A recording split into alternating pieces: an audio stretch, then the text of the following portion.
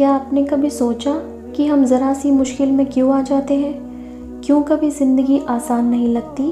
اللہ نے ایک آیت میں سوال کا جواب دیا۔ سورہ العنکبوت میں آیت نمبر 2 میں اللہ پاک فرماتا ہے، کیا لوگوں نے یہ سمجھ لیا ہے کہ وہ بس کہہ دیں گے ہم ایمان لے آئے اور ان کو آزمایا نہیں جائے گا؟ صرف زبان سے ایمان لائے یا کہہ دینے سے کوئی بندہ اللہ کا پسندیدہ بندہ نہیں بن جاتا۔ ہر مومن کی زندگی میں امتحان، مشکل وقت، دشمنوں کی باتیں، ان میں کوئی نہ کوئی ٹیسٹ ضرور ملتا ہے۔ یہ آزمائش کیوں ہوتی ہے؟ تاکہ پتہ چلے کہ کون اللہ پر یقین رکھتا ہے، تاکہ اصلی مومن اور صرف لفظوں کا مومن الگ ہو جائے۔ کیا آپ جانتے ہیں مکہ کا ایک شہزادہ صرف اسلام کے لیے فقیر بن گیا؟ ایک نوجوان جس کی زندگی میں کوئی کمی نہیں تھی، سب کچھ اللہ کے لیے چھوڑ دیا۔ دنیا کا سب سے خوبصورت لڑکا مگر آخر کا مقام سب سے بلند۔ یہ واقعہ سن کر آپ کے دل ضرور پگھل جائے گا۔ مدینہ کی ہواؤں میں جب اسلام کی مہک پھیل چکی تھی، تب لوگ ایک دوسرے سے ایک نام بہت عزت سے لیتے تھے، مصعب بن عمیر۔ لیکن وہ شان ان کو آسانی سے نہیں ملی۔ اس کے پیچھے ایک ایسی کہانی ہے جسے سن کر دل کانپ اٹھتا ہے، آنکھیں بھر آتی ہیں۔ مصعب بن عمیر رضی اللہ تعالیٰ عنہ مکہ میں سب سے زیادہ امیر گھرانے سے تھے۔ ان کی ماں خمیسہ بنت مالک مکہ کی مشہور عورت تھیں، امیر کہو یا ملک کی رانی جیسی۔ کہتے ہیں مصعب کے کپڑے مصر سے آتے، جوتے روم سے آتے اور عطر یمن سے منگوائے جاتے تھے۔ مکہ میں جب مصعب گزرتے تو لوگ رک کر دیکھتے، کہتے یہ ہے مکہ کا سب سے خوبصورت، سب سے امیر اور سب سے شریف نوجوان۔ ان کی زندگی میں کوئی کمی نہیں تھی، ہر سکون، ہر راحت ان کے پاس تھی۔ ایک دن مکہ میں بات پھیلی کہ ایک شخص محمد بن عبداللہ حضور صلی اللہ علیہ وسلم اللہ کا پیغام سنا رہے ہیں۔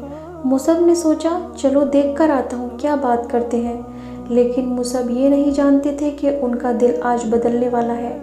جب ان کی ملاقات حضور صلی اللہ علیہ وسلم سے ہوئی تو نبی حضور صلی اللہ علیہ وسلم کی باتیں ان کے دل کو چھو گئیں۔ صرف ایک ملاقات میں مصعب کا دل ایمان سے بھر گیا۔ انہوں نے چپکے سے اسلام قبول کر لیا، کیونکہ انہیں پتہ تھا ان کی ماں کبھی یہ برداشت نہیں کریں گی۔ جب یہ خبر ان کی ماں تک پہنچی تو آپ سوچ سکتے ہیں، ایک ماں جسے اپنے بیٹے پر فخر تھا، جسے مصعب کی شان پسند تھی، اس کے لیے اسلام سب سے بڑی نفرت تھی۔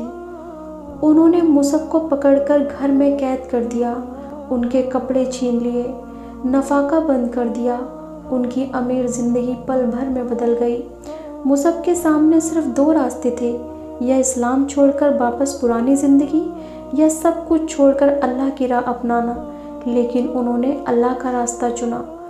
مصعب گھر سے نکل گئے۔ ایک وقت تھا جب پورا مکہ ان کی خوشبو سے مہکتا تھا، اور آج ایسا وقت آ گیا کہ کپڑے بھی خدرے، کھانا بھی نہیں، کبھی دنوں تک پیٹ میں ڈالنے کے لیے کوئی چیز نہیں ہوتی۔ صحابہ کہتے ہیں ہم نے مصعب جیسی تبدیلی نہیں دیکھی۔ راجہ جیسا شہزادہ ایک فقیر کی زندگی جی رہا تھا، لیکن ان کے دل میں ایک آواز آتی تھی، اللہ میرے ساتھ ہے۔ نبی کریم حضور صلی اللہ علیہ وسلم نے جب مدینہ میں اسلام پھیلایا تو لوگوں نے ایک ریکویسٹ کی، ہمیں کوئی استاد بھیجیے جو ہمیں قرآن سکھائے۔ اور آپ جانیے کسے بھیجا؟ جسے مکہ نے ریجیکٹ کر دیا، جسے ماں نے دھکے مار کر نکال دیا، جسے لوگ کبھی تخت پر دیکھتے تھے اور آج زمین پر دیکھتے ہیں۔ رسول اللہ صلی اللہ علیہ وسلم نے مصعب بن عمیر کو مدینہ بھیجا۔ ان کو کہا جاتا ہے مدینہ کا پہلا دائی، پہلا استاد، پہلا ٹیچر۔ مصعب نے ایک گھر میں جا جا کر لوگوں کو قرآن سکھایا۔ ان کے سبب سے مدینہ میں اسلام کی بنیاد مضبوط ہو گئی۔ آخر آیا وقت جنگ احد کا۔ مصعب کو نبی حضور صلی اللہ علیہ وسلم نے اسلام کا جھنڈا دیا۔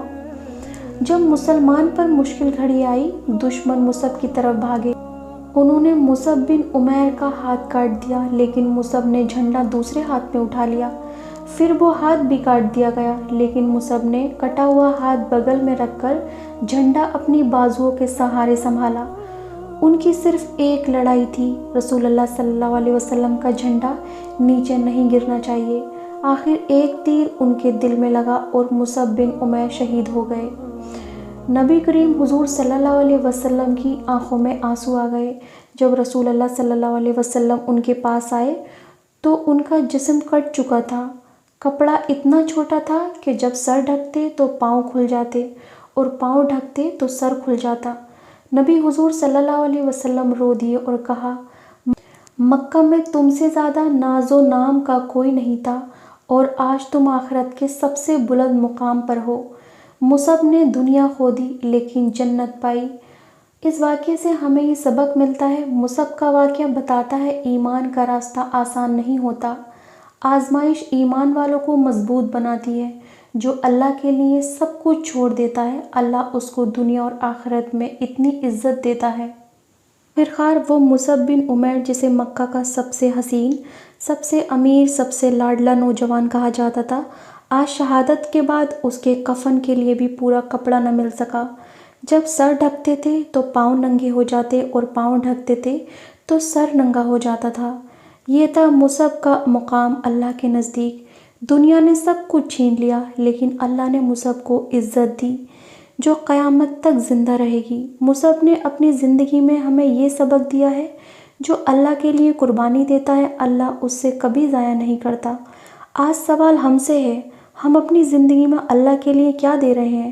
کون سی چیز کو چھوڑنے کے لیے ہم تیار ہیں؟